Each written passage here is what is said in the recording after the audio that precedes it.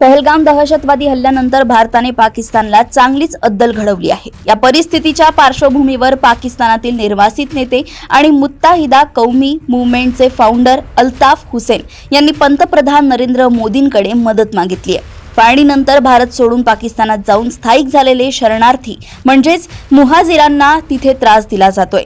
हा मुद्दा आंतरराष्ट्रीय व्यासपीठावर मांडण्याची अल्ताफ हुसेन यांनी मागणी केली आहे। लंडनमध्ये एका कार्यक्रमात त्यांनी हे आवाहन केलंय। बलूच लोकांचं समर्थन केल्याबद्दल अल्ताफ हुसेन यांनी मोदींचं कौतुक केलंय। हा साहसी आणि नैतिकदृष्ट्या चांगलं पाऊल असल्याचं त्यांनी म्हटलंय। मुहाजिर समुदायाच्या समर्थनासाठी सुद्धा अशाच प्रकारचा आवाज उचलण्याची अल्ताफ हुसेन यांनी पीएम मोदींकडे मागणी केली आहे। मुहाजिर अनेक दशकांपासून पीडित आहेत। पाकिस्तानात त्यांच्यासोबत भेदभाव केला जातो। हे सर्व स्टेट स्पॉन्सर आहे असं अल्ताफ हुसेन म्हणाले। भारताच्या फाळणीनंतर पाकिस्तानच्या सैन्य संस्थांनी कधीच मुहाजिरांना देशातील वैध नागरिक म्हणून स्वीकारलं नाही।